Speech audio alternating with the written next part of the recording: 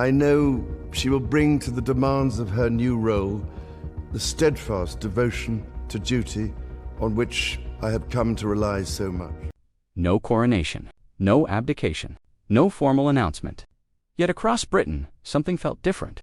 Almost overnight, the public began speaking as if the future of the monarchy had quietly arrived ahead of schedule. It wasn't marked by trumpets or proclamation, but by a shift in tone, presence, and silence.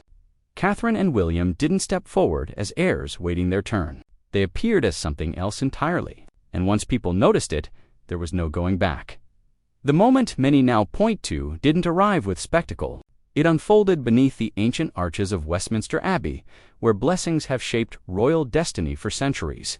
Officially, it was just that, a blessing. But in royal tradition, blessings are never just words. They are preparation, they are signals. Delivered so soon after King Charles's own coronation, the timing alone raised eyebrows. The language was careful, weighty, and unmistakably full. Too many watching, it felt less like reassurance and more like quiet endorsement. Something was being readied, even if no one dared say it out loud. What followed deepened that feeling. Princess Anne stepped forward, carrying a newly commissioned Queen Consort crown, crafted by Gerard and Company using stones drawn from Queen Elizabeth II's private collection. It wasn't the heavy crown reserved for state occasions, but a lighter ceremonial version. That distinction mattered. Heavy crowns declare power. Light ones suggest responsibility. Catherine wore it only briefly, yet the image lingered. There was no triumph in her expression, no celebratory warmth, just composure. Observers later noted how still she seemed, as if fully aware that symbols can weigh more than metal. Within hours, the public reaction told its own story. When William and Catherine appeared at Windsor for their walkabout, the atmosphere was electric. Handmade signs filled the crowd, many referencing the future rather than the present. Children passed folded notes to Catherine. Veterans leaned forward with quiet blessings. William moved with steady restraint, but it was Catherine who seemed to anchor the moment. When one man called her the new queen, her response was calm and revealing. God bless the king. It wasn't correction. It was continuity, and the crowd heard it. One absence sharpened everything. Queen Camilla did not attend. Palace statements cited private reflection and support for King Charles, who was resting under medical supervision at Sandringham. Officially, nothing more. Yet in royal life, absence is rarely neutral. It invites interpretation. Commentators were careful, but speculation followed. Some suggested it was strategic. Others believed it reflected a deeper shift already underway. Whatever the reason, the contrast was impossible to ignore. Westminster marked renewal. Windsor revealed who now carried momentum. Behind palace doors, the language remained cautious. Aides insisted there was no regency, only co-stewardship. Yet structure has a way of revealing truth faster than statements. Reports claimed internal reporting lines began shifting. Communications, once split between Clarence House and Buckingham Palace, were now flowing toward Kensington. Officials called it temporary. Seasoned observers called it something else entirely, a recalibration. And it was said that King Charles himself approved the changes. Reassured by the one figure no one questions when it comes to duty, Princess Anne, according to sources familiar with the discussions, and urged clarity over hesitation. She reportedly told the king that history doesn't pause for uncertainty. That phrase spread quickly through royal circles. Within days, Catherine's schedule reflected it. She hosted informal gatherings focused on youth, education, and opportunity. No ceremony, no spectacle, just work. The message was subtle but unmistakable. Leadership had already begun. International reaction followed swiftly. Media outlets fixated on Catherine's calm authority. Analysts spoke of a monarchy rediscovering moral grounding. Polls suggested public approval surging, though officials were careful not to frame it as endorsement of succession. Still, images told their own story. One photograph circulated endlessly, Catherine bowing slightly to Princess Anne as the crown was presented. Commentators called it the defining royal image of the decade, not because of power, but because of trust. As days passed, the contrast grew sharper. Camilla remained largely unseen, reportedly spending time at Ray Mill House reviewing her charitable commitments. Sources close to her circle suggested she was reflective, perhaps even unsettled. History, they said, was being written without her presence. Meanwhile, Catherine appeared everywhere duty felt most human. Unannounced visits, quiet conversations, no cameras invited. Each appearance added another layer to the sense that the center of gravity had moved. When William and Catherine visited Sandringham, the symbolism deepened. The king did not appear publicly, yet his presence was felt in subtler ways. White roses lined the paths. Bells chimed softly. Volunteers gathered not to witness spectacle, but stewardship. William spoke of service done without recognition. Catherine knelt beside an elderly gardener who had tended the grounds for decades, holding his hand as he offered prayers for the king. The cameras captured it all. Neither of them looked like they were waiting anymore. Inside the hall that followed, Princess Anne raised a glass and spoke with characteristic bluntness. "The crown," she said, "is not a gift. It's a relay." That line echoed far beyond the room. In the weeks that followed, it seemed to guide everything. Catherine and Anne began co-chairing preparations for the Commonwealth Youth Forum, emphasizing substance over ceremony. Education replaced banquets. Dialogue replaced pageantry. Even the crown itself became part of the message, with reports confirming its ethical sourcing and recycled materials. Reflecting Catherine's priorities still, not everyone was comfortable with how quickly the balance had shifted. Reports suggested Camilla's private secretary resigned amid restructuring. Longtime aides were reassigned. Inside palace corridors, voices dropped when Catherine's name came up. Yet the king was said to be at peace. One aide recalled him studying photographs of William and Catherine, with volunteers and saying quietly that they understood the people. That was what mattered now. The private meeting that followed between William and Camilla was described by sources as calm but final. No raised voices, no public fallout. William reportedly spoke of renewal, of the country's need to move forward. Camilla listened, composed but tired. Her response, according to those familiar with the exchange, was simple and cutting. Renewal never asks permission. When fragments of that conversation surfaced later, they were read not as bitterness, but acceptance. The shift was already irreversible. As winter approached, the transformation became undeniable. Christmas at Sandringham looked different. Volunteers and nurses replaced formal banquets. Children replaced dignitaries. King Charles delivered a short address praising William and Catherine as the living heart of service. Many described it as the closest Britain had come to a modern abdication, without saying the word. Snow fell that night, and inside Windsor, the family gathered quietly. There were no speeches, just understanding. By the time Catherine chaired her first major international forum with Princess Anne beside her, the story had changed. This was no longer about transition. It was about transformation. She spoke not of authority, but compassion. Not of rule, but responsibility. Delegates responded with sustained applause. Headlines followed. Commentators stopped asking when the future would arrive and began acknowledging that it already had. Camilla made a brief public appearance that same week, visiting a literacy charity. It was dignified. It was quiet, and it passed largely unnoticed. Those close to her said she understood the difference. Her crown, borrowed from time. Catherine's, built from trust. So the question is no longer whether the monarchy has shifted. It has. The real question is why it happened so quietly, and whether that silence was the strategy all along. Was it destiny, careful calculation, or simply years of service finally being recognized when the moment demanded it? Because sometimes history doesn't announce itself. It just moves forward. And as Britain adjusted to that quiet reality, something even more revealing began to happen. The language around Catherine subtly changed. Commentators stopped calling her the future and began referring to her as the anchor. It wasn't declared anywhere official, but it appeared in tone, in headlines, and how foreign leaders addressed her presence. Invitations that once flowed through Buckingham Palace increasingly landed at Kensington first. Briefings followed the same path. No announcement explained it. The pattern explained itself. Those watching closely noticed how Catherine handled the shift. There was no visible hunger for status, no attempt to dominate the narrative. Instead, she leaned into restraint. Fewer statements, shorter appearances, more listening than speaking. In royal tradition, that restraint is power. It echoes Queen Elizabeth II's most enduring lesson. Authority grows when it doesn't insist on being seen. Catherine seemed to understand that instinctively. Princess Anne remained at her side through it all. Not as a shadow, but as a stabilizer. Sources often describe their partnership as deliberate. Anne carried institutional memory. Catherine carried public trust. Together, they formed a balance that reassured both palace insiders and the wider country, where others might have competed for relevance. Anne stepped back just enough to let Catherine lead, while standing close enough to PR. Meanwhile, King Charles continued his recovery away from the spotlight. Those close to him said he followed events carefully, reading briefings, watching footage, and offering guidance through Anne rather than direct intervention. It was, by all accounts, intentional. He was allowing space, allowing the monarchy to breathe.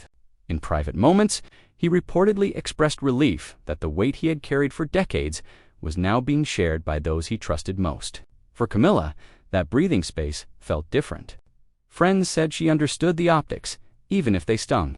She had stepped into her role knowing history would never fully belong to her. Yet watching Catherine rise, not through ambition, but through quiet competence, brought a clarity that could not be ignored. This was not displacement by conflict. It was replacement by confidence. And in the monarchy, confidence is contagious. By early spring, the public no longer asked whether Catherine was ready.